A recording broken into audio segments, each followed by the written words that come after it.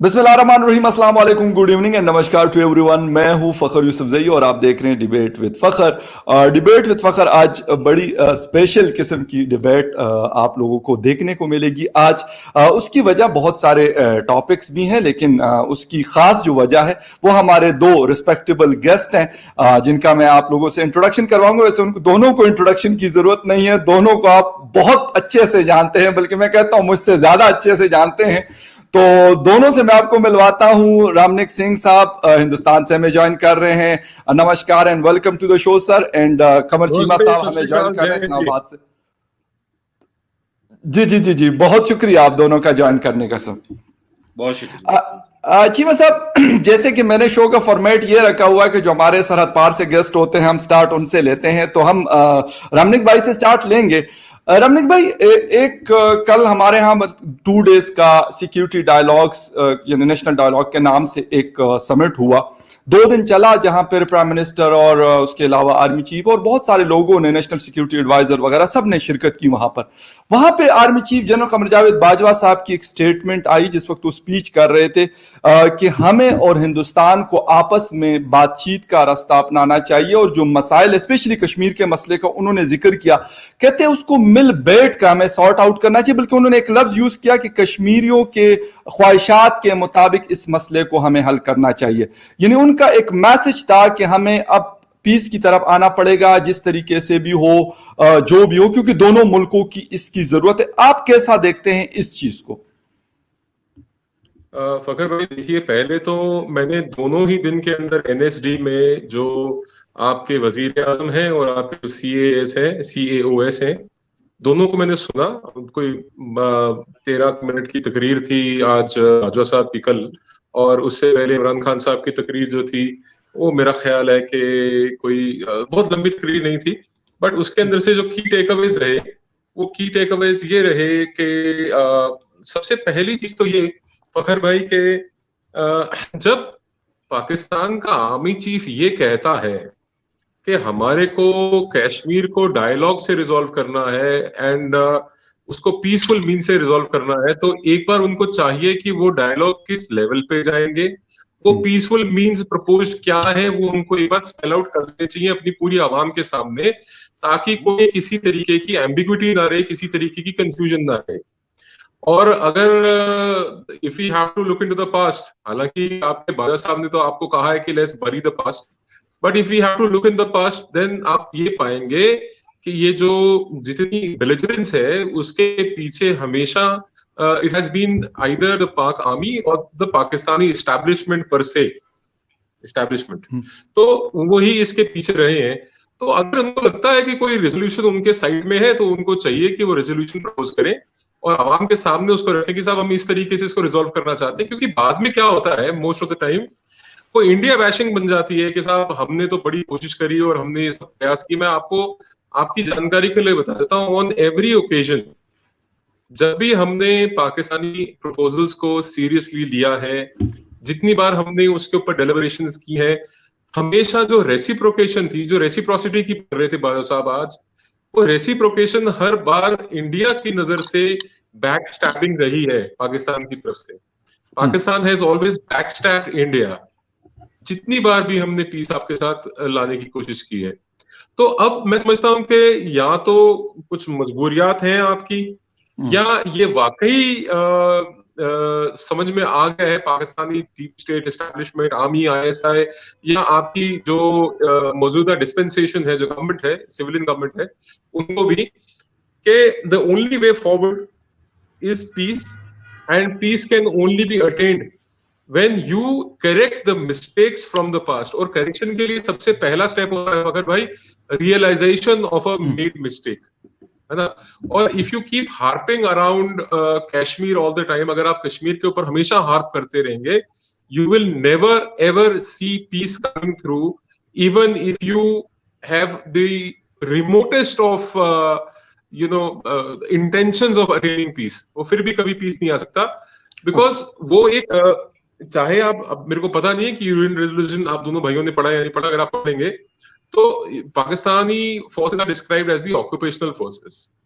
सो वो कई सारी चीजें हैं, इतनी इंटेंगलमेंट है। आई थिंक ये एक बात कर रहे थे इमरान खान साहब परसों की अपनी तकरीर में, जब वो जर्मनी और फ्रांस की बात कर रहे थे। जर्मनी और फ्रांस के लिए कह रहे थे इमरान खान साहब के साहब there has been lasting peace now. ये दो ऐसे मुल्क हैं जो हु फॉट बिटर बैटल्स, और अब उनके दरमियान अमन और अमान है, and their trading ties, their people to people contacts, their movement across the borders are very convenient. इस तरीके की बातें करते थे। तो उसके पीछे अहम रीजन है, वजूहात हैं, वो ये हैं कि वहां पे बहुत भयंकर जिसे कहते हैं कि ह्यूमन कैटास्ट्रोफी हुई वर्ल्ड वॉर टू की सूरत में, वर्ल्ड वॉर टू की शक्ल में, जैसे मैसिव मैसिव जिसे कहते हैं कि killing of human beings and devastation at a very large scale. So that is something I don't foresee in the coming future, कि वो एक वजह हो सकती है हमारे दोनों मुल्कों के बीच में अमन कायम होने के लिए। मैं समझता हूं कि ये जो बात बार बार चलती है इकोनॉमिक कॉन्टैक्ट्स की, ये बात बार बार चलती है पीस की। आज कल जनरल बाजवा ने भी कहा कि we cut down our defence budgets despite adversaries. तो एडवर्सरीज तो ये बेलिजरेंस आपकी क्रिएट की हुई है, हमारी तो नहीं क्रिएट की हुई। उन्होंने कहा कि settlement of all outstanding disputes, तो अगर आपको पता होगा तो इंडिया और बांग्लादेश के बीच में जो लैंड डिस्प्यूट्स थे, हमने लैंड स्वैप करके उनको सेटल कर लिया है। हमारे और बांग्लादेश के बीच में जो बहुत लंबे समय तक लैंड डिस्प्यूट्स रहे थे, कुछ चिकन नेक्स कह लीजिए, टाइगर्स कह लीजिए, या कुछ पार्ट्स या इनक्लेव्स कह लीजिए, आप बांग्लादेश के इस तरफ थे और इंडिया के उस तरफ थे। वी लॉस्ट लैंड, हमने जमीन का मतलब ऐसा नहीं कि इक्वल बंटवारा हुआ है, we lost land but still we've settled disputes. So India is willing to settle disputes with its neighbors, and India has shown it कि हम उसको सेटल करने के लिए तैयार हैं। बट ये जो कंटिन्यूअस बेलिजरेंस है, ये belligerence this has to stop from Pakistan. ये आपके वजीर आजम ने भी, आपके आर्मी चीफ ने भी कहा कि इंडिया स्टेप ले। इंडिया स्टेप क्यों ले भाई? इंडिया ने जितनी बार स्टेप लिया, आपने बैक स्टेप किया है, अब आपका वक्त है, आप लीजिए स्टेप, हम देखते हैं कि आप क्या बेहतर कर सकते हैं। Okay right. अच्छा चीमा साहब, जिस तरह रामनिक साहब ने बात की कि पाकिस्तान स्टेप ले, हिंदुस्तान स्टेप नहीं ले सकता। अगर शाह महमूद कुरैशी साहब की स्टेटमेंट को हम देखें तो उन्होंने जो स्पीच की थी, तो उन्होंने कहा कि हम जियो स्ट्रेटेजिक वाली पोजीशन से हम जियो इकोनॉमी की तरफ या इकोनॉमिक्स की तरफ हम शिफ्ट हो रहे हैं, और हमें होना भी चाहिए। और हम किसी की जमीन के ऊपर कोई इस किस्म की जो इंसर्जेंसी या इस तरह की चीजें, तो हम उसको नहीं करेंगे। आप क्या देखते हैं कि क्या अब पाकिस्तान क्या पहल करे? जिस तरह रामनिक साहब ने कहा है, कैसे पहल करे, क्या करना चाहिए पाकिस्तान को? या शाह महमूद कुरैशी साहब की स्टेटमेंट को आप कैसे देखते हैं? बहुत शुक्रिया फखर साहब।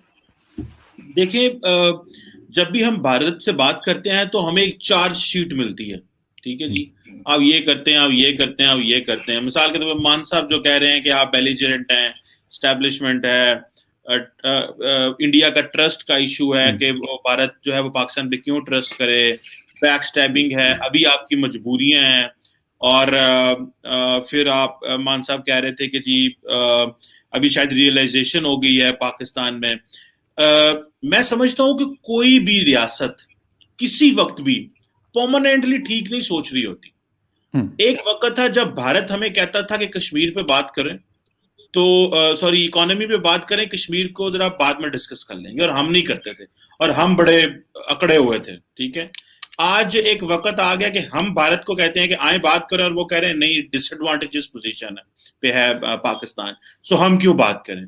सो मेरा अपनी जाती राय ये है, मुझे ऐसे लगता है, मुझे ऐसे लगता है दो चीजें होंगी, तीन।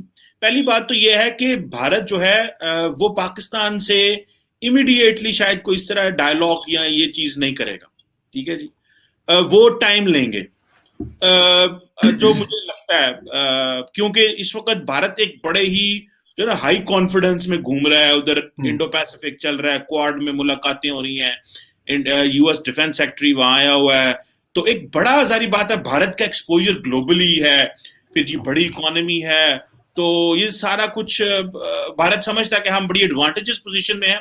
तो अगर आप पाकिस्तान को से बात करेंगे तो पाकिस्तान को मेन स्ट्रीम करना या स्पेस देने के मुतरादिफ होगा, क्योंकि इस वक्त पाकिस्तान दहशतगर्दी की जंग जीत चुका है, और अभी हम इकोनॉमिक एक्टिविटीज में, और जिस तरह बाजवा साहब ने कहा कि हम इकोनॉमिक जोन्स और इकोनॉमिक हब बनाना चाहते हैं, और रीजनल जो ट्रेड एंड उसको बूस्ट करना चाह रहे हैं।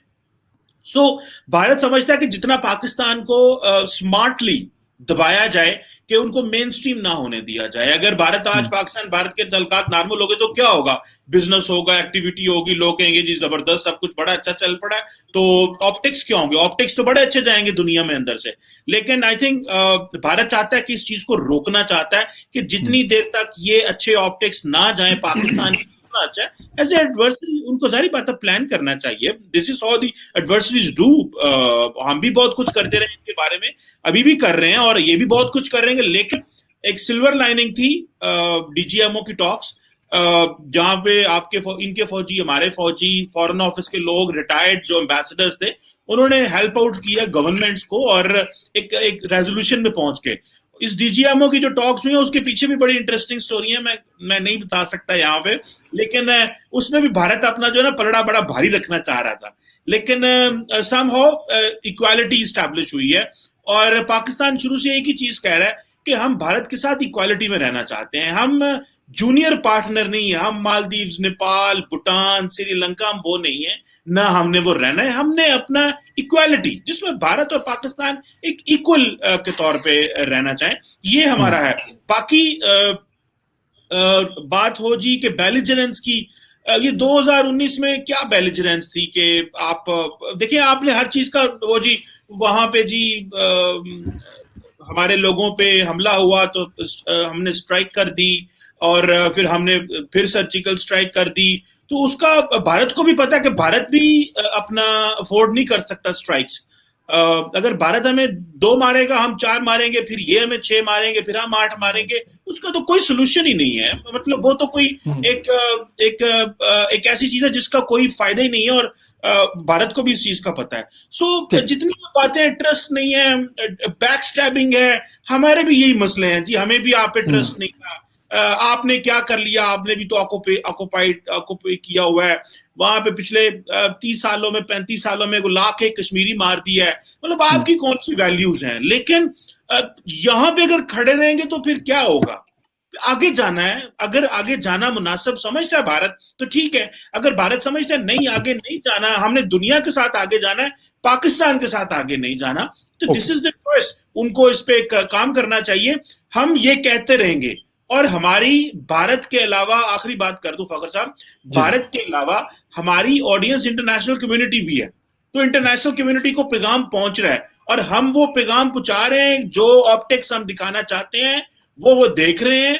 हाँ, भारत अगर बेलिजरेंट रहेगा नो प्रॉब्लम, हमें क्या होगा, इकोनॉमी तो पहले नहीं चल रही, सार्क कौन सा फंक्शनल है, ये अपने घर बैठे, हम अपने घर बैठे हुए हैं, so let's see how it goes. और लेकिन जो भी कर लें, बैठना तो टेबल पे पड़ेगा। डीजीएमओ की टॉक्स आपके सामने है कि कैसे, बिल्कुल एग्जैक्टली चीमा साहब, बिल्कुल आपने ये बात की। अच्छा रामनिक भाई, मुझे ये मतलब जिस तरह चीमा साहब ने कहा कि एट द एंड हमें टेबल पे जाना पड़ेगा। कल हमने मॉस्को में बहुत बड़ा एक कॉन्फ्रेंस हमने देखी, तालिबान बैठे हुए हैं, गुलबदीन हिकमतयार बैठा हुआ है, टर्की बैठा हुआ है, कतर बैठा हुआ है, ज़ल्मी खलीलजाद बैठा हुआ है, पाकिस्तान का एम्बेसडर सादिक खान साहब बैठे हुए।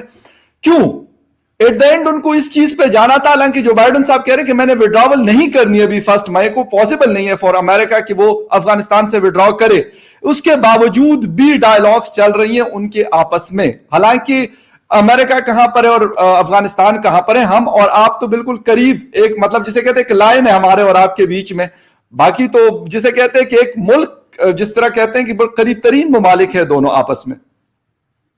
ये अमेरिका की खुशकिस्मती है और ये हमारी बदकिस्मती है कि हमारे बिल्कुल बराबर में आप हैं, माफ करना।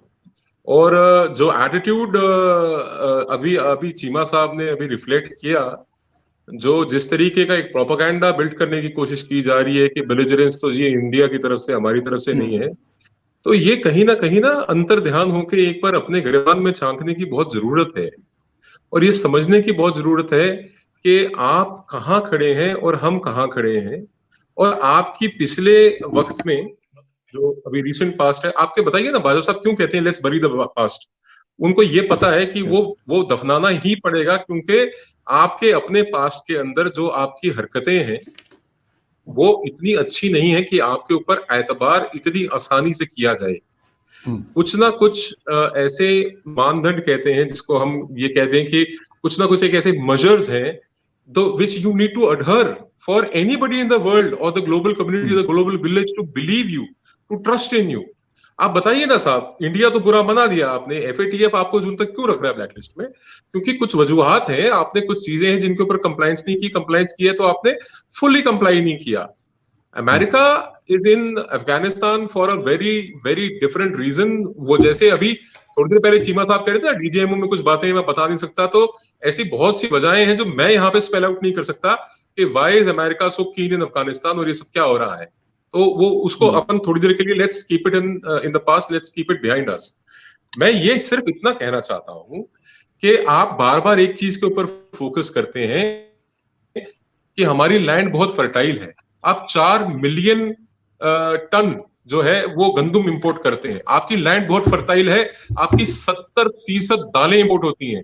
अरे साहब, आपकी इकोनॉमी बहुत स्ट्रांग है, आप अपनी गैस, अपनी तेल और अपनी और जो जरूरत हैं वो आप बाहर से इंपोर्ट करते हैं. मैं नहीं कह रहा हूं, ये परसों की इमरान खान साहब की तकरीर में आपके वजीर आजम ने कहा है, मैं नहीं कह रहा, ठीक है? उसको आप ध्यान से सुने, उन्हें क्या कहा है. और जो कंसर्न्स हैं आपके मुल्क के, आपके मुआशरे के, आपके सिटीजन्स के, आपको चाहिए कि आप इंडिया सेंट्रिक या कश्मीर सेंट्रिक पॉलिसीज को छोड़ के पाकिस्तानी सिटीजन सेंट्रिक पॉलिसीज के ऊपर फोकस कीजिए. आप अपने शहरियों के ऊपर, अपने सिटीजन्स के ऊपर फोकस कीजिए. आप उनकी पॉवर्टी एलिवेशन कैसे कर सकते हैं, आप उनको गरीबी और गुर्बत में से कैसे निकाल सकते हैं, आप उसके ऊपर फोकस कीजिए.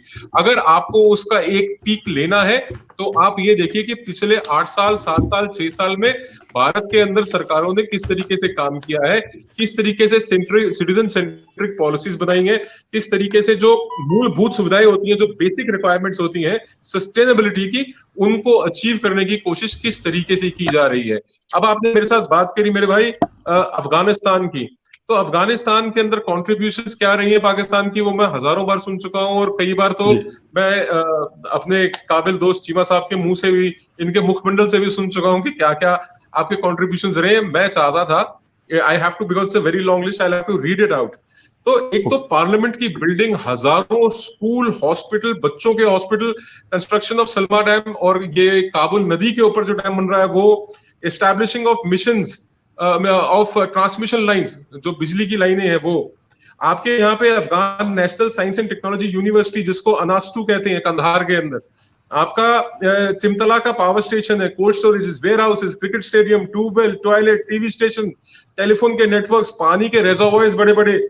आपके यहाँ पे जरगान से लेके डेलाराम रोड जो ईरान से आती, by the way, Kabul transport के लिए हजार बसें, हजारों military vehicles, MI-25, MI-35 helicopters, ambulances, Airbus के एयरक्राफ्ट, कनक दाल, गंदुम जिसे कहते हैं, कनक दाल, अफगानिस्तान के रेड क्रॉस को मेडिसिन देना, उनको न्यूट्रिशन सप्लाईज देना, अफगानिस्तान के जो फोर्सेस हैं उनको हमारे डिफेंस एकेडमीज में ट्रेनिंग देना, उनके सिविल एडमिनिस्ट्रेशन को ट्रेनिंग देना, उनकी पुलिस को ट्रेनिंग देना. हिंदुस्तान की जो कमिटमेंट अफगानिस्तान की तरफ है, ये मैं अभी बहुत कम पढ़ के बता रहा हूं. It's a very very long list of what we have done to reconstruct that country.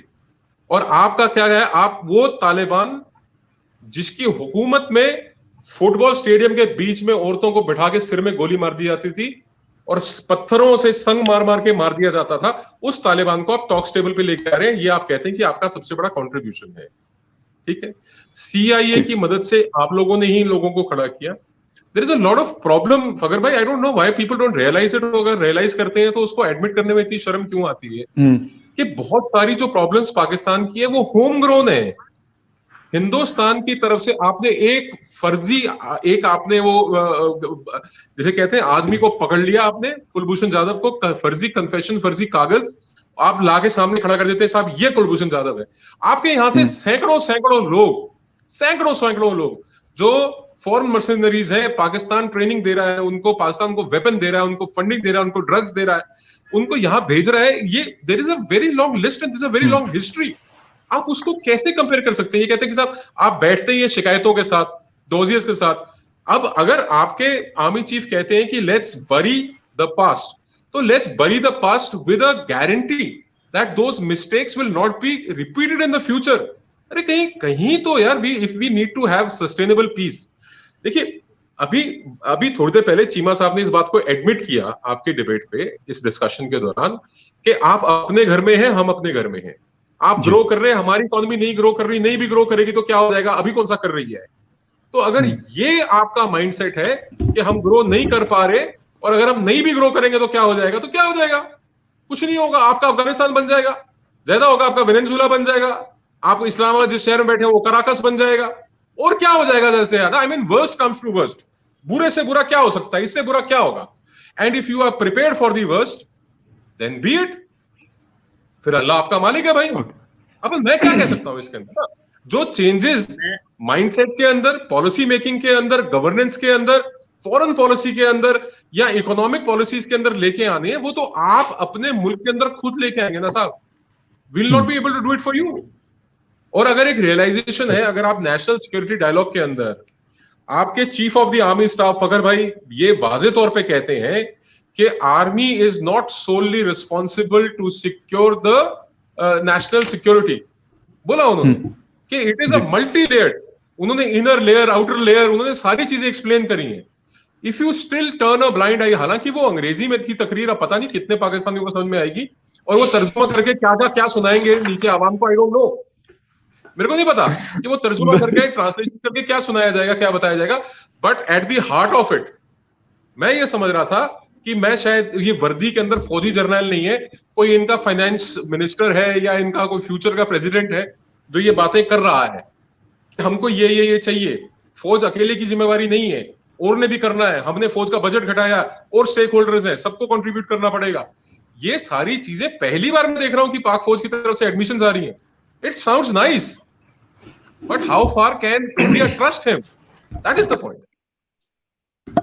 अच्छा चीमा साहब, रामनिक साहब जो है वो एक बात कर रहे हैं कि मतलब हमें कोई ट्रस्ट नहीं है। मैंने जब एग्जांपल दी तो वो इस मतलब पॉइंट से थी कि उसमें कल दुनिया के बड़े ममालिक रशिया ने ये डायलॉग करवाए थे, और वो इसलिए करवा रहे थे कि वो चाहते हैं कि यार बेहतर आ जाए। पाकिस्तान का मैं मानता हूं कि पाकिस्तान ने उसके अंदर रोल प्ले किया था 1980 में, बिल्कुल इसमें कोई शक नहीं है, पाकिस्तान आईएसआई ने भी रोल प्ले किया था, और लेकिन वो किसी के करने पे, किसी के कहने पे आज वही अमेरिका था जो आज जिनके साथ डायलॉग कर रहा है। अच्छा, एक चीमा से बात हो रही है कि जिस तरह आर्मी चीफ ने कहा कि हमें कट डाउन कर देना चाहिए जो हमारा डिफेंस बजट है, इस चीजों में अगर इसको ह्यूमन डेवलपमेंट के ऊपर हम इस्तेमाल करते हैं तो क्या बुरा है इसके अंदर? और अगर हमारे आपस के ताल्लुकात बेहतर होते हैं और जो ट्रस्ट डेफिसिट है ये कम होता है, तो क्या दोनों मुल्कों की आवाम जो है उनकी जिंदगी अच्छी नहीं होंगी इससे? मैंने आपको पॉइंट लिख लिए दोनों, cut down, defence and human development में। जो मान साहब ने एक दो बातें की मैं वो करना चाह रहा हूँ। मान साहब ने अफगानिस्तान का जिक्र कर छेड़ दिया।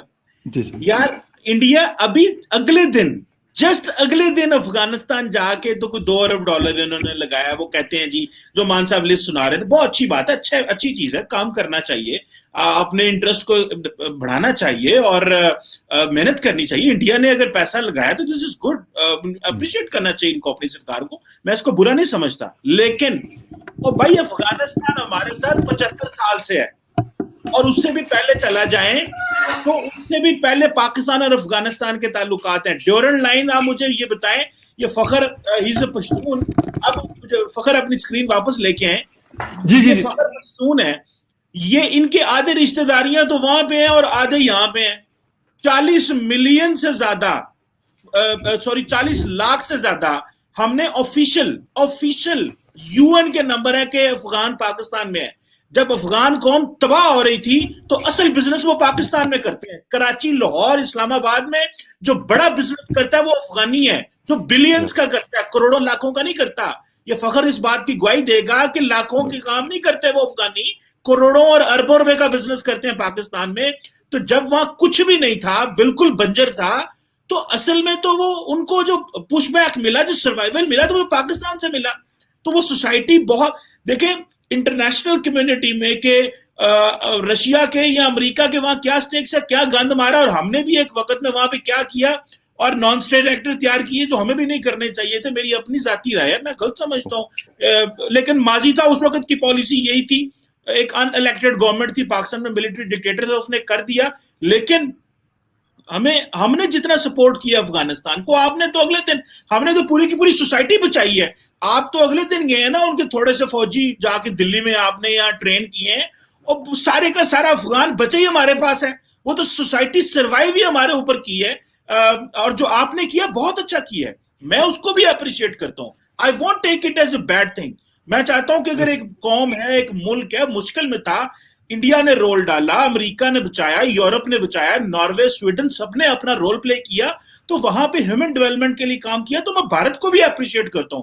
मैं सिर्फ भारत पाकिस्तान के कंपटीशन में ये नहीं कहूंगा नहीं तुसी ऐ नहीं कीता तसा कीता, नहीं, लेकिन जो असल सोसाइटी की जो बेस थी, वो बेस तो हमने उस सोसाइटी को बचाया।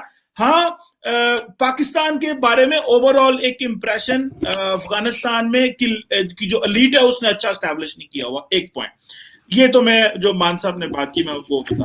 हाँ, जो आपने बात की फखर साहब जी डिफेंस के हवाले से, देखिए हमने न्यूक्लियर वेपन को शौक से नहीं बनाए। हमारे वो साबिक वजीर आजम चौधरी शुजात हुसैन कहा करते थे, असा न्यूक्लियर बम शबरात नहीं चलाने, अहा इंडिया दे चलाने। ये क्यों बनाए भाई? इंडिया ने बना लिए। अब हमारा ये था कि हम एक मुल्क थे जो इंडिया से आजाद होने के बाद हम अलहदा हो गए। अभी भारत एक बड़ा मुल्क था, कश्मीर पे कब्जा कर लिया, बेलिजरेंट था। कुछ हमारी प्रॉब्लम पाकिस्तान में ये थी कि हम यहाँ पे डेमोक्रेसी सर्वाइव नहीं कर सकी, पॉलिटिकल स्टेबिलिटी नहीं रही, जिसने हमें नुकसान पहुंचाया, और पॉलिसीज में तसलसल नहीं रहा, जो कि इंडिया को बहुत बड़ा एडवांटेज है, which I accept and I congratulate. Even मैं तो कहता हूँ Indian Muslims are very lucky, they got democracy in India. So आपको एक अच्छी चीज को मानना चाहिए। हमारे भारतीय दोस्तों की तरह अच्छी चीज ये तो हमारी मानते नहीं, हम इनकी मानते हैं। अच्छा, कट डाउन की बात की, मैं चाहता हूं कि हाँ, अगर पाकिस्तान समझता है we can't just go for vessel to vessel competition with India, कि ये नहीं है कि जी उन्होंने फलां चीज खरीद ली तो हम भी फलां चीज खरीद लें। पाकिस्तान ये समझता है कि हमने स्ट्रेटेजिक वेपन्स, न्यूक्लियर वेपन्स के एक्वायर करने के बाद जो स्ट्रेटेजिक स्टेबिलिटी है साउथ एशिया में, वो अचीव कर लिए। So there is no question of war now. India को भी इस चीज का पता है और हमें भी पता है। So we have to cut down our conventional military capability पे पैसा कम लगाना है। और वैसे भी आजकल वॉर की नेचर चेंज हो गई है, हाइब्रिड वॉर और इन चीजों की जरूरत है। सो वी वुड लाइक कि पैसा कम जो है वो खर्च हो, और हम पैसा डिफेंस पे की बजाय ह्यूमन डेवलपमेंट पे लगाएं। भारत बहुत बड़ा मुल्क है भाई, बहुत बड़ा मुल्क है। 500 से 600 मिलियन लोग जो है वो $3-1 पे रहते हैं, ठीक है। सो कुछ शहरों में इकोनॉमी भी बढ़ी है। मैं बल्कि पढ़ रहा था 5वीं बड़ी इकोनॉमी होगी, बहुत अच्छी बात है भाई। आप जितना ग्रो करेंगे फायदा होगा, खित्ते को भी फायदा होगा, शायद पाकिस्तान को भी फायदा हो उसका, क्योंकि एक अच्छा स्ट्रांग नेबर चाहिए होता है आपको। जिस तरह भारत के बहुत सारे लोग ये ख्वाहिश करते हैं पाकिस्तान स्ट्रांग हो, हम भी, और हम अफगानिस्तान के लिए ख्वाहिश करते हैं कि यार अफगानिस्तान स्ट्रांग होगा तो हमारे मसाइल कम होंगे। सो हम चाहते हैं भारत स्ट्रांग हो, बहुत ज्यादा स्ट्रांग हो, इतना स्ट्रांग हो जितना चीन स्ट्रांग है, ताकि जिस तरह हम चीन के साथ अच्छे कारोबार करेंगे हमें फायदा होगा, भारत के साथ भी होगा। तो ਅਸੀਂ ਵੀ ਮਾਨ ਸਾਹਿਬ ਕੋਲ ਜਾਵਾਂਗੇ ਚੰਡੀਗੜ੍ਹ, ਉੱਥੇ ਕਵਾਂਗੇ ਮਾਨ ਸਾਹਿਬ ਕੰਟਰੈਕਟ ਲੈ ਦਿਓ ਸਾਨੂੰ, ਕਿ ਸਾਨੂੰ ਕਾਰੋਬਾਰ ਚ ਪਾਓ, ਕਿ ਸਾਡੇ ਨਾਲ ਉੱਥੇ ਇਨਵੈਸਟਮੈਂਟਾਂ करो।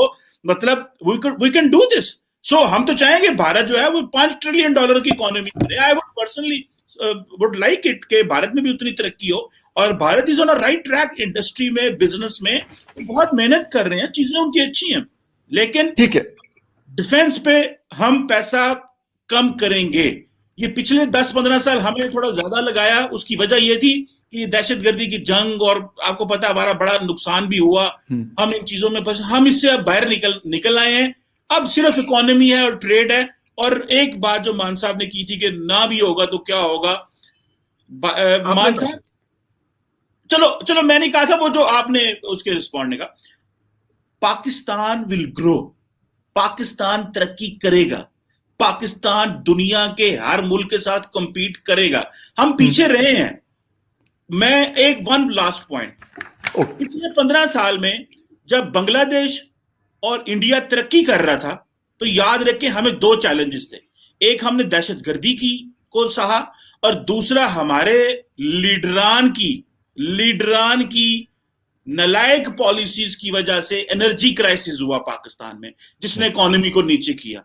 सो दहशतगर्दी की जंग ने भी एक एनवायरनमेंट प्रोवाइड नहीं किया, और एनर्जी क्राइसिस की वजह से भी दोनों चीजें रिकवर कर गई हैं। इंशाल्लाह we will grow and we will compete and we will be your partner in peace and stability. कोई गल नहीं, खैर मान साहब भावें कह दिल्ली च या सोना लिए साडी मान साहब चंडीगढ़ जेड़ा ना साडे ते छुरलियां छड्डदे रहंदे ने छोटियां छोटियां, लेकिन असां दिल्ली नाल राबता कर लिया। सही।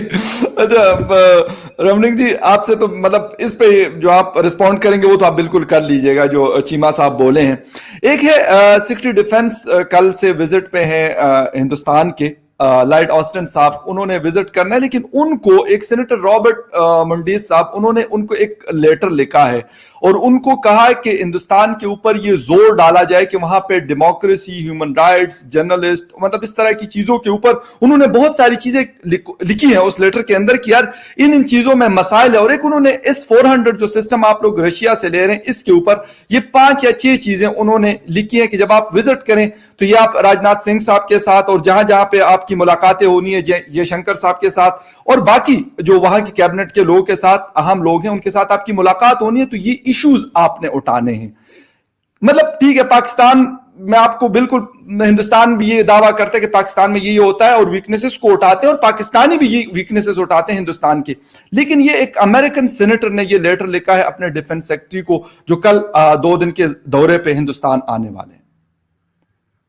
मैं चीमा साहब की बात का जवाब बाद में देता हूं, मैं पहले आपकी बात का जवाब देता हूं। अच्छा ओके ओके ओके, आपकी बात का पहले जवाब देता हूं। कर लेगा बात, कोई बात जी, प्लीज प्लीज प्लीज। उनके सेनेटर ने कहा है ना बात करने के लिए, जी जी, तो कर लेंगे, वो अपनी सेनेटर की चिट्ठी रख देंगे, हम पढ़ लेंगे, कोई दिक्कत नहीं है। ठीक, क्या समस्या, ठीक है, क्या कोई दिक्कत है भाई? कोई ट्वीट कर दे, कोई चिट्ठी लिख दे, अब सारी बातें ना तो अमेरिकन डिफेंस सेक्रेटरी करता आके, और करेगा तो देख लेंगे, वो बात कर सुन लेंगे, उनकी क्या दिक्कत है उसके अंदर। बट हमारे लिए अपनी नेशनल सिक्योरिटी सबसे पहले, राष्ट्रहित सर्वोपरि, nation comes first always and every time, let there be no doubt about it in anybody's mind. ये अमेरिका के लिए भी उतना ही लागू है जितना पाकिस्तान के लिए लागू है, जितना अफगानिस्तान के लिए लागू है, और भारत के लिए भी उतना ही लागू है। हमारे लिए हमारा राष्ट्रहित सबसे पहले। जो बात अच्छी लगेगी सुन लेंगे, नहीं अच्छी लगेगी नहीं सुनेंगे, बात खत्म होगी, उसके अंदर क्या दिक्कत है। अब चीमा साहब ने कहा कि बहुत बड़ा रोल अदा करते हैं अफगानी, कई हजारों करोड़ों का, अरबों का धंधा करते हैं, तो आप लोग क्या करते हो भाई? जब सारा धंधा ही अफगानी करते हैं तो आप लोग क्या करते हो? आपके पीटा के चेयरमैन है मोहम्मद अहमद साहब, उन्होंने ये बात हाईलाइट करी है अभी पिछले हफ्ते कि इंडिया के साथ बॉर्डर गेट्स खोल दिए जाए और जो कॉटन यार्न है वो इंपोर्ट किया जाए। जो पाकिस्तानी टेक्सटाइल इंडस्ट्री है वो इस वक्त डिस्ट्रेस में है। और ठीक है, अगर आपको जरूरत है किसी चीज की, अशिया की, हमारे से लीजिए। दवाई चाहिए दवाई लीजिए, वैक्सीन चाहिए वैक्सीन लीजिए, आपको कोई टेक्नोलॉजी चाहिए, जैसे कि आज आपके COS ने कहा कि scientific developments and scientific achievement should be utilised, तो हम कर रहे हैं डेवलपमेंट, आप कीजिए ना यूटिलाइज, क्या दिक्कत है? आपको मना किसने किया? भेज तो रहे वैक्सीन। दूसरी बात, आज बार साहब ने कंसंट्रेट किया हैव्स एंड हैव नॉट्स के ऊपर।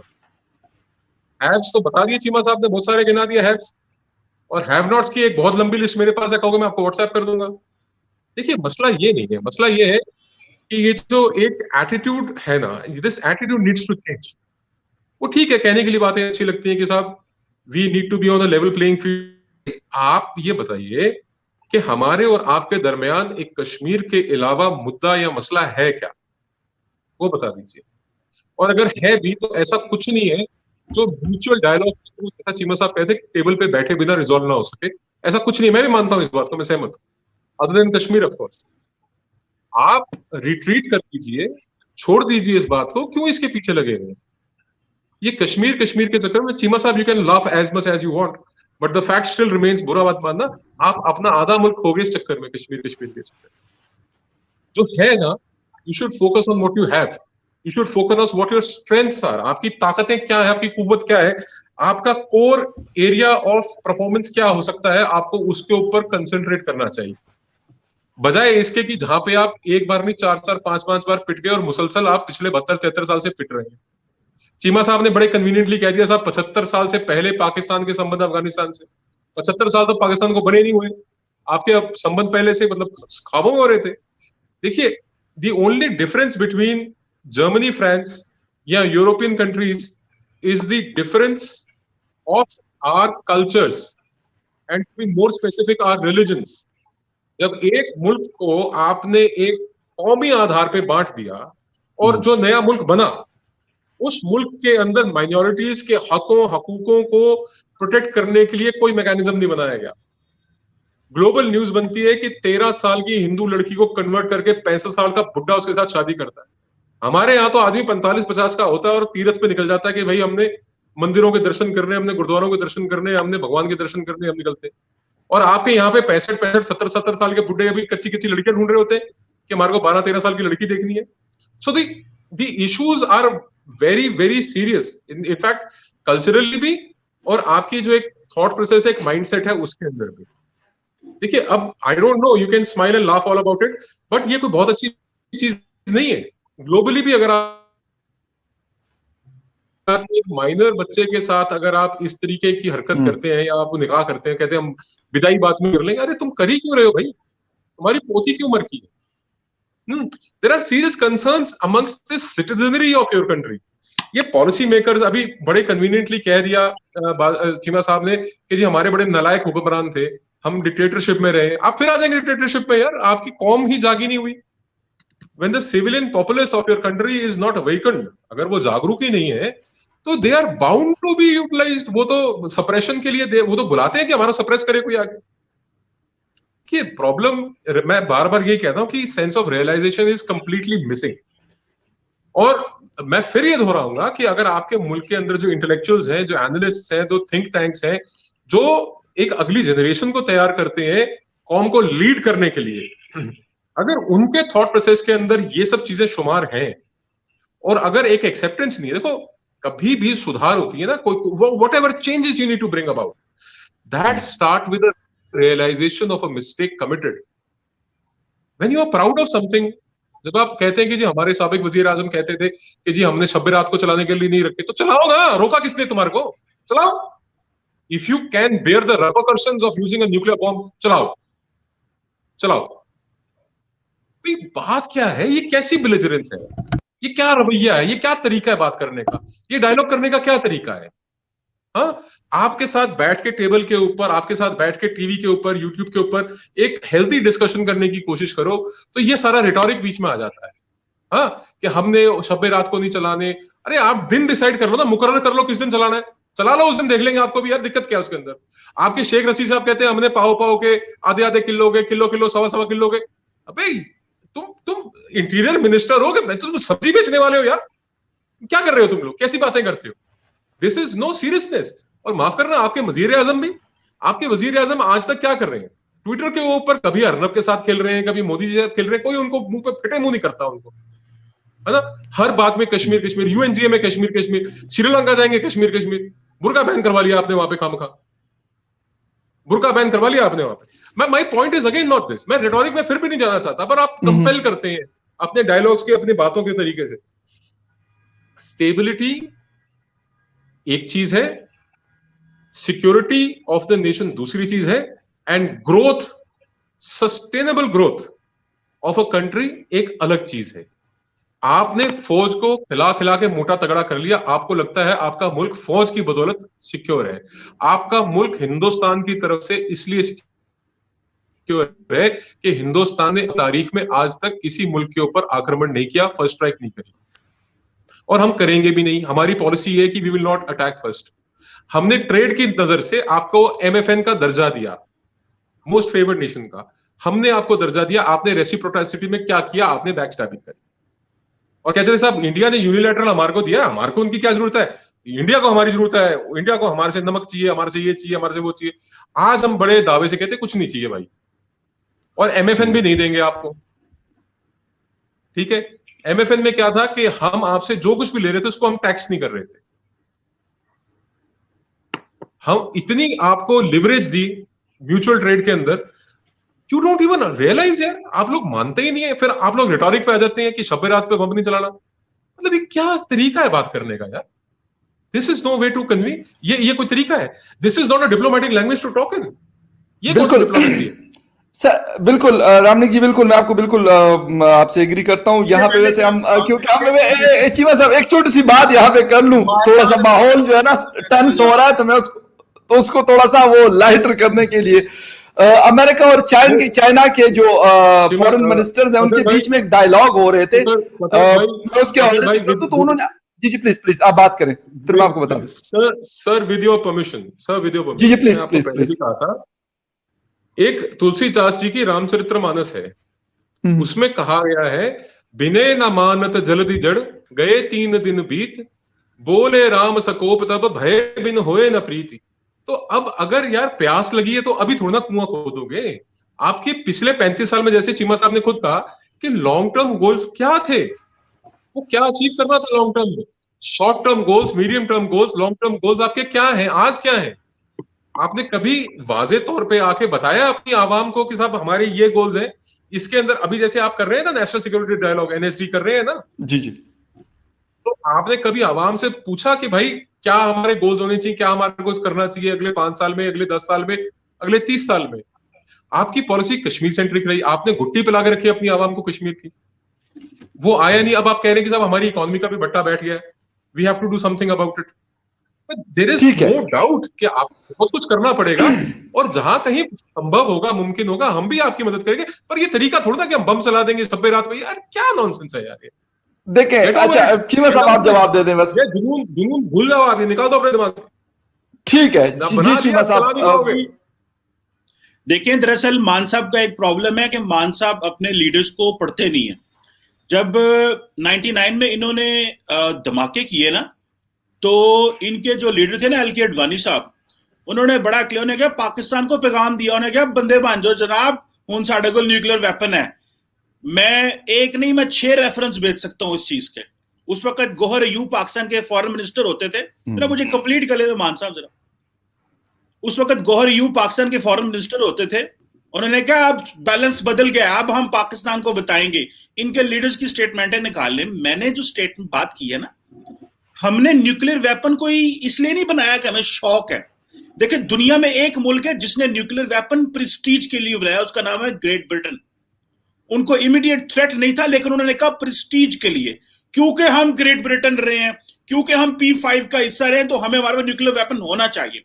भारत की अपना इशू था, चाइना या वट एवर, या पाकिस्तान भी ऑब्वियसली। हमारा मसला भारत था, भारत ने बनाया, तो हमने न्यूक्लियर वेपन भारत के लिए बनाया, हमने किसी और के लिए नहीं बनाया। तो वो बात जो उन्होंने वजीर आजम ने की, सही की है, और वो बात आज से 22 साल पुरानी बात है। So just keep that in mind. दूसरी बात जो कि अहम चीज है समझने के लिए, पाकिस्तान में ये जो मान साहब ने कहा ना कि एक 13 साल की लड़की है, बिल्कुल गलत है। मैं इस तरह की सोशल प्रैक्टिस जो बंदा करता है, और खासकर जो ये जो माइंड सेट है, मैं इसको डिस्करेज करता हूं। हमें ना वैल्यू सिखाएं, जो वैल्यू गलत है हम उसे गलत मानते हैं। मैं भारत की वैल्यूज बताऊं, यहां पे सर शर्म से झुक जाए। 2-2, 3-3 भाई एक ही खातून से शादी करते हैं। मैं ये बीबीसी और न्यूयॉर्क टाइम्स की स्टोरीज कहें तो आपको शो के साथ ही व्हाट्सएप कर देता हूं। ये प्रैक्टिस है, ट्रेडिशन रहे हैं भारत के अंदर। ये हिमाचल प्रदेश में ये ट्रेडिशन रहा है कि जनाब 2-2, 3-3 भाई एक ही खातून से शादी करें। ये वैल्यू स्ट्रक्चर हमें ना बताएं। हमें इस्लाम में बेहतरीन चीजें हैं। हाँ, अगर कोई बंदा इंसान नहीं है और वो प्रैक्टिस नहीं करता तो उसको उसकी सजा मिलनी चाहिए, लेकिन ये ट्रेडिशन ना हमें बताएं मान साहब के जी वो आपके यहाँ है। अगर कोई बंदा कर रहा है तो उसको सख्त सजा मिलनी चाहिए, लेकिन एक सोशल प्रैक्टिस जो मुआशरे के अंदर जिंदा है, मजहब नहीं कहता, मुआशरा सरवाइव करती है मुआशरे के अंदर। और मैंने जैसे कहा, मैं खुद से नहीं, मैंने बहुत पहले ये सुना था, पढ़ा था। अभी मैंने जब मान साहब बात करे तो मैंने गूगल करके स्टोरी भी निकाल ली है सामने। मैं एक तो ये चीज है, और दूसरी बात है, हर मुआशरा ग्रो करता है, इंडिया भी ग्रो कर गया। मैं ये नहीं कहूंगा कि इंडिया जो है वो अब बहुत पीछे रह गया। इंडिया, जाहिर बात है, पुरानी चीजें खत्म हो गई हैं।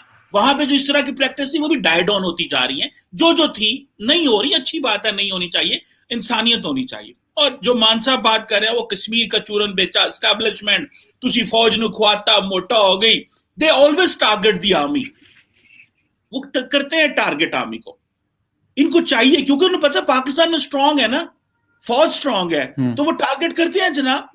इनको करना चाहिए आर्मी को टारगेट, क्योंकि दुश्मन का क्या काम होता है, सबसे मजबूत चीज होती है, टारगेट करो, उसको टारगेट करो। अच्छी बात है। आप दुश्मन का क्या काम है, फौज पाकिस्तान की पढ़ो। क्यों?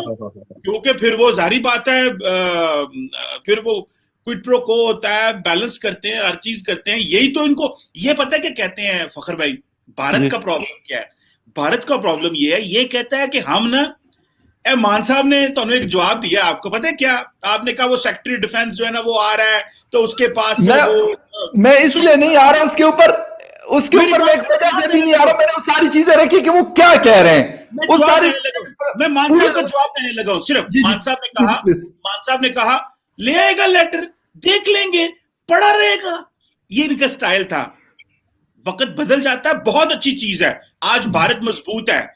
आज से सिर्फ 15-18 साल पहले चले जाए ना, यूएस सेक्रेटरी ऑफ स्टेट का फोन आता था तो भारत में कंपनी लग जाती थी। अमेरिका बहादुर सी, सीधी सी बात है भाई, अगर कहोगे तो स्टेटमेंटें भी निकाल लेंगे, सारा कुछ बता दूंगा। लेकिन 15-20 साल में भारत ने अपना कोर्स बदला, मजबूत हुआ, एटीट्यूड बदला। बहुत अच्छी चीज है, अप्रिशिएट करता हूं। मैं कहता हूं किसी की भी अच्छी चीज हो अप्रिशिएट करो, भले दुश्मनी क्यों ना हो कोई किसी का, अप्रिशिएट, उसको इग्नोर ना करो। एग्जैक्टली। इंडिया की भी बहुत सारी चीजें अच्छी हैं, मैं मानता हूं। मैं हर चीज पर टारगेट नहीं करता। मैं चाहता हूं अगर हमें अच्छा सोचना है, आगे की तरफ जाना है, तो हमें कॉमन पॉइंट्स करने हैं। एक बात, आखिरी बात, फिर मैं मान साहब जो मर्जी जवाब दें और इसको इंक्लूड कर दीजिएगा। जी प्लीज। देखें, बहुत सारे ऐसे स्टेक होल्डर होते हैं सिस्टम के अंदर जो चाहते हैं कि वेलोसिटी रहे, नफरत डंडा चले, बिकॉज वो उनको फायदा होता है। लेकिन रियासत जो होती है उसका प्रिज्म बिल्कुल डिफरेंट होता है। मैं रियासत की बात कर रहा हूं, जिसमें एक गवर्नमेंट नहीं होती, स्टेट का स्ट्रक्चर होता है, सिस्टम होता है, डिफरेंट स्टेक होल्डर्स होते हैं। वो रियासत और एंगल से, भारत की सरकार क्या सोच रही है, जिसने इंडिया की मिलिट्री को पॉलिटिसाइज कर दिया है, जिसमें अब मैं इंडियन मिलिट्री पे अगर आप किसी दिन शो रखेंगे तो बड़ा मजा आएगा कि किस तरह मोदी साहब ने इंडियन मिलिट्री को पॉलिटिसाइज किया है, जिसमें नरेंद्र मोदी साहब बिपिन रावत को बता के कहते हैं कि ये हमारे गोल्स हैं और इनको अचीव करना है। वो कहते हैं जी हजूर, सर्जिकल स्ट्राइक करांगे, आप इलेक्शन, हजूर का इकबाल बुलंद हो, बिपिन रावत साहब कह रहे हैं हम सर्जिकल स्ट्राइक करेंगे जनाब। तो ये जो और ये मैं नहीं कह रहा, भारत के अंदर बहुत बड़ी आवाजें हैं कि बिपिन रावत को मोदी साहब ने इंडियन मिलिट्री को पॉलिटिसाइज कर दिया। बीजेपी ने सिर्फ अपने पैटी गोल्स के लिए, इलेक्शन जीतने के लिए, ठीक है जी, और ये हमें कह रहे हैं हाँ हमारी फौज पॉलिटिसाइज रही है। भाई उनकी गलतियां थी, मैं तो मानता हूं, तो आप भी जरा माने ना। आज मुझे बताएं कि बिपिन रावत जो है उसको क्यों इस्तेमाल करते हैं इलेक्शन जीतने के लिए मोदी साहब। और आपका सवाल अगर पूरा हो गया हो, पहली सियासी ओहदा दिया। मैं आखिरी पॉइंट, सियासी ओहदा है ये। बिपिन रावत साहब का ओहदा मिलिट्री का ओहदा नहीं है, सीडीएस का, ये सियासी ओहदा है, सियासी। मैं एक सेकंड में आ रहा हूं, मैंने एक डोर ओके जी मानसिक साहब प्लीज। जी फकर भाई देखिए, ऐसा है कि अब चीमा साहब तो उठ के चल दिया, अब इनको जो बताऊंगा वो सुनेंगे नहीं। नहीं, अभी एक सेकंड में आ रहे हैं, जस्ट मैं ना इनकी जानकारी के लिए इनको 2-3 बातें बताता चलूं। पहले इन्होंने बात करी सेक्रेटरी डिफेंस की बात करी इन्होंने। चीमा साहब गाल सुनो जरा। सेक्रेटरी डिफेंस के लिए मैंने कहा था कि उनको कौन सेनेटर क्या लिख के भेजता है, वो क्या लेके आएंगे देख लेंगे। जी आपको कैसे पता वो चिट्ठी लेके ही आएंगे? How are you so sure about it? How are you so sure about it? दूसरी बात, जनाब का इकबाल बुलंद हो, सलूट मार के दिखा रहे हैं आप उस मीटिंग में बैठे थे प्रधानमंत्री जी के साथ और सीडीएस के साथ, आप मीटिंग में बैठे थे? क्या फेल लगा रहे हो? आप बैठे अपने मुल्क के अंदर बैठे, जैसे आपको लगता है आपका मुल्क चलता है कि आपका वजीर आजम जाके सीओएस को सलूट मारता है, आपको लगता है कि यहाँ पे बिपिन रावत साहब वहां पे जाके सलूट मारते होंगे। और फौज का काम भी तो पॉलिटिकल विल को इंप्लीमेंट करना। और मैं आपको बताऊं आपकी जानकारी के लिए, 26/11 के बाद एयरफोर्स चीफ ने ये वाज़े तौर पे कहा है, जो हमारे साबिक एयरफोर्स चीफ है, कि उन्होंने तत्कालीन साबिक प्रधानमंत्री को ये कहा था कि we have the capability of striking inside Pakistan, permit us. Political will नहीं थी, मिलिट्री विल थी, तब भी चाहती थी फौज। और आपको मैं बता दूं, आपकी जानकारी के लिए, माथे से पसीना पोंछ लो जरा, दोबारा जरूरत पड़ेगी दोबारा आएंगे, दोबारा करके जाएंगे। दंदा कट लो, जिंदियां कटनी अगली बार ना, थोड़ी फौजी दंद भी लेके आवांगे ना। और सुनो, तीसरी और महत्वपूर्ण बात, आप जब कहते हैं ना कि ये जो हमारा वजीर आजम था उसने एलके आडवाणी जी की बात को रेसिप्रोसिटी में 22 साल पहले कही थी, तो भैया 22 साल पहले अगर कही थी तो एलके आडवाणी ने कौन सा कल कही है? ये बात उतनी पुरानी है, बल्कि उससे ज्यादा ही पुरानी होगी। पर आपको जरूरत महसूस होती है आज 22 साल बाद भी वो बात दोहराने की। ये आपकी कमी है, मेरी कमी नहीं है। ये बात आपने कही है, आपने अपने साबिक वजीर आजम को कोट किया है, आपने कहा कि हमारे वजीर आजम ने ये कहा था। अब आप सुनिए, अरे सुनिए साहब, क्या हो जाता है आपको? आपके अपने शो में तो आप सुनते नहीं, फकर के शो में सुनिए जरा आप। मैंने आपकी भी बातें सुनी है, आपने बहुत सारी गलत बातें करी है, बड़े इत्मीनान से सुनिए, आप भी सुनने की कुव्वत रखिए जरा, बिल्कुल ठेंगा मेरी तरफ से भी सुनिए आप ध्यान से।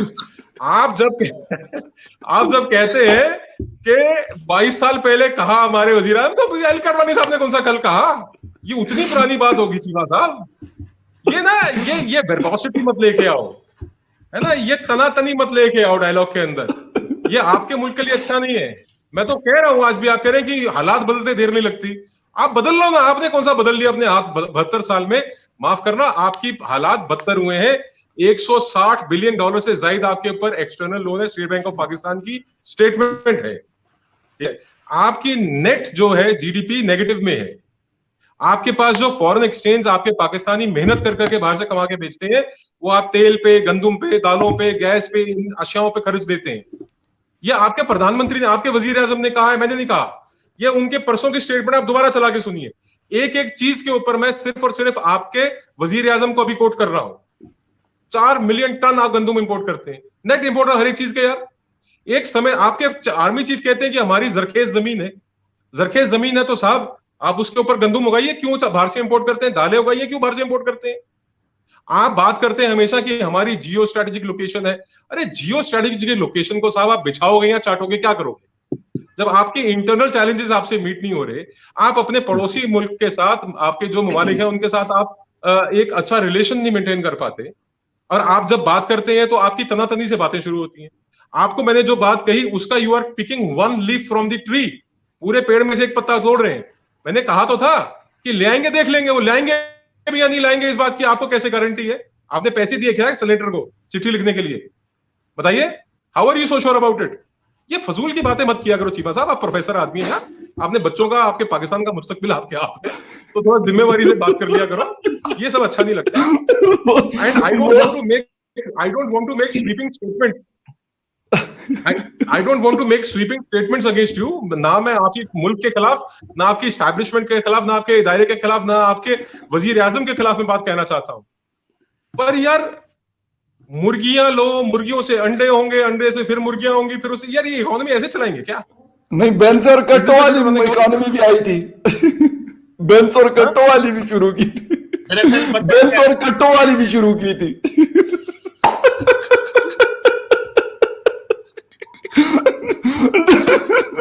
असल में टाइम हमारे पास खत्म है।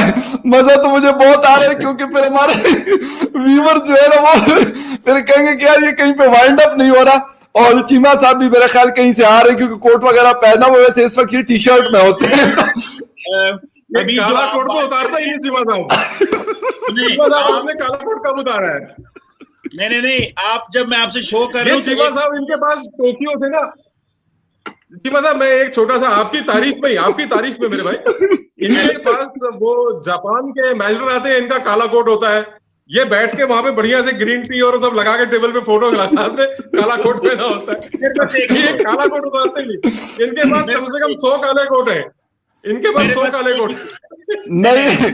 सुने मेरे पास एक ही काला कोट है, बस पहली बात। सुने नो, देखिए एक बात याद रखें मान साहब, मैंने हमारे वो एक है पाकिस्तानी जर्नलिस्ट है बड़े अच्छे, सोहेल वड़ाई साहब, एग्जैक्टली, मैंने उनसे एक दफा एक जुमला सुना था, जिसको मैंने कोशिश की है इम्प्लीमेंट करूं अपनी जिंदगी। जी आपकी आवाज आ रही है? मैं मान साहब आवाज आ रही है? चीमा साहब कैन यू प्लीज रिपीट? मैं आपकी बात नहीं सुन पाया, मैं माफी चाहूंगा, आपका नेटवर्क ठीक नहीं है। जी प्लीज। मैं बताता हूँ। हमारे एक सहाफी हैं सोहेल वड़ाई साहब, पाकिस्तान में बड़े मशहूर सहाफी हैं। उनकी एक बात मैंने एक दफा मान साहब सुनी, मुझे बड़ी पसंद आई और मैंने कोशिश की अपने ऊपर इंप्लीमेंट करूं। उन्होंने कहा और मेरा ख्याल है मैं अपनी यूनिवर्सिटी की बहुत सारी क्लासों में ये मैंने बात अपने स्टूडेंट से भी की, उन्होंने एक दफा कहा कि हमें लोगों को मौका देना चाहिए कि वो हमारे ऊपर हंस सकें, हमें अपने आप को इस तरह सोसाइटी में सॉफ्ट रहना चाहिए। सो जब मजाक क्रिएट करते हैं सबसे पहले, नहीं अच्छा, ये नहीं कि आप इंसल्ट कराते रहे लोगों से, लेकिन अच्छा मजाक जो है वो क्रिएट करें आप, अगर आप कर सकते हैं, ठीक है। तो अगर मानता अगर मुझे ये कह रहे हैं तो आई विल मेरे को सर, मैं नहीं, ये मजाक आपका नहीं, ये बात इमरान पॉलिसीज की होनी चाहिए। ये दरअसल रौला पता है, सुनो, दो उठेंगे। ये बात जो है ना, सुनिए, आखिरी बात सुनिए, ये आपने तो कहाँ लगा दी। चीमा साहब सुनो ना, सर मैं मेहमान हूँ आपका, आप दो अकेला हो यार, सुनो तो सही बात। मैं ये कह रहा हूँ कि ये बात चल रही थी इमरान खान साहब की इकोनॉमिक पॉलिसीज की, और मैं बात कर रहा था मुर्गियों की और अंडों की, उन्होंने बात कर दी कट्टों की और भैंसों की। उस पे आपने बोल दिया कि मजाक बनाना चाहिए। क्या फर्क पड़ता है यार, देखिए मेरी बात सुनिए। पर मैं आपको बहुत बड़ा सीरियसली कही थी ये बात, इमरान खान साहब के चेहरे के ऊपर संजीदगी, ओ भाई गाल के चेहरे में वो संजीदगी देखने वाली थी। आहा क्या सीरियस हो गए, मुर्गी से अंडा, अंडे से फिर मुर्गी, फिर हम करोड़ों मुर्गियां बना लेंगे। मैं भी सुने यार, सुने तो सही, देखिए आप करें जितना मर्जी इमरान खान। मैं अभी जब आपसे शो कर रहा हूँ तो एक डीएसएनजी मेरे घर के बाहर खड़ी हुई है, और कैमरामैन के लिए मैं गया था, वो एक और शो करना है अली में, इसलिए वाइंड अप करना चाह रहा हूं मैं कि बहुत शुक्रिया। जवाब नहीं देना कल, मुझे कोई जवाब नहीं देना, मान साहब जीत गए, चलो।